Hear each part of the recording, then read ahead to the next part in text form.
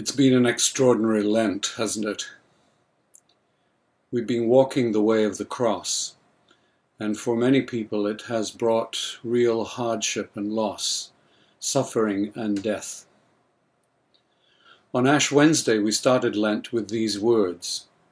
We begin our journey to Easter with the sign of ashes, an ancient sign, speaking of the frailty and uncertainty of human life. All over the world we've become powerfully aware of the depth of these words, the frailty and uncertainty of human life. One of the central elements of Christian faith is penitence. Penitence, as you know, doesn't mean feeling sorry about things. It's about taking decisive action. It means changing direction, turning around, and recommitting ourselves to what is true. This year it has meant simplifying our lives, stepping back from other people, even literally, and learning self-isolation. Our Lenten disciplines this year have given us a new understanding of many things, of public safety, for example, of respecting the space of others, working together, being responsible for our own and others' health. We're having to embrace solitude, but not inwardness. Solitude without loneliness.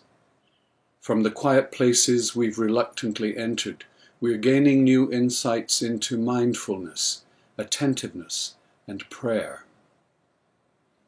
And these last few weeks have strangely forced us to set aside our more minor complaints and difficulties.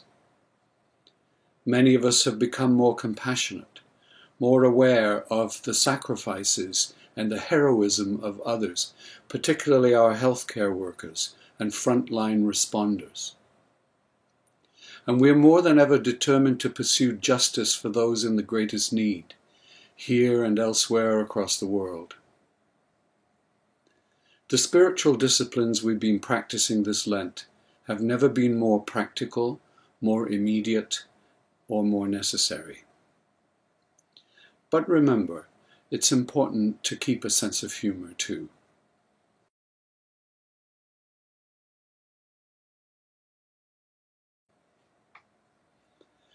Tuesday in Holy Week is a day when we consider our vocation and our vows. The first vows we make as Christians are at baptism.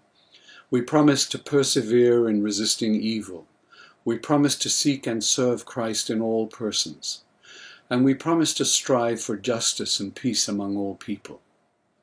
These are commitments to action, and they require risk-taking.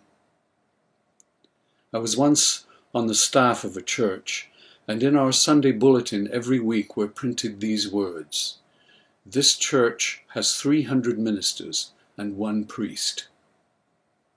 That simple line, printed out every Sunday, reminded us effectively that the ministers of the church are not a professional class that carries out work on our behalf. We are all ministers of Christ. Some of us have taken further vows, the vows of ordination as deacons, priests, and bishops. What are these vows? To proclaim by word and deed the gospel of Jesus Christ, to fashion our lives according to its precepts, to love and serve the people, caring alike for young and old, rich and poor, strong and weak, to nourish Christ's people from the riches of his grace, to strengthen them to glorify God in this life and in the life to come. These vows are very demanding, and those of us who have made them know their weight. They take not only our time and such talents as we have, but our whole life. They take all our strength and willpower. They make us keenly aware of our own failings. Sometimes they take us away from those we love.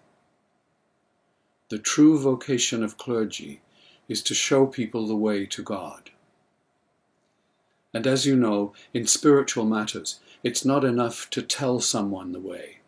We have to show the way, to walk alongside people until they can see the way for themselves. That's what Jesus did, and it's our calling too, to be icons of Christ, to nourish Christ's people, and to strengthen them. Jesus said, "You did not choose me, I chose you." We are given the strength we need to fulfill these vows because God has called us to them. And with the call comes the grace. We're almost at Easter, but for many people Easter is receding, not coming closer. We know the seasons of the church's year don't always coincide with the seasons of people's lives. But as the British artist David Hockney said recently, remember, they can't cancel the spring. To put that into a Christian context, remember, they can't cancel the resurrection. The resurrection has already happened, and the power of the risen Christ will yet be revealed in these difficult times. New life will return. Not the same old life that was before, of course, but new life, a post-virus time that will require of us all the good things we are learning in this Lenten season. Amen.